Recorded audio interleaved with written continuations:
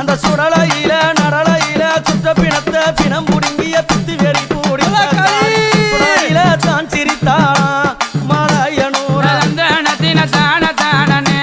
தந்தன தான தான தந்தின தான தானனே லேலோ அம்மா அது மட்டும் இல்லடா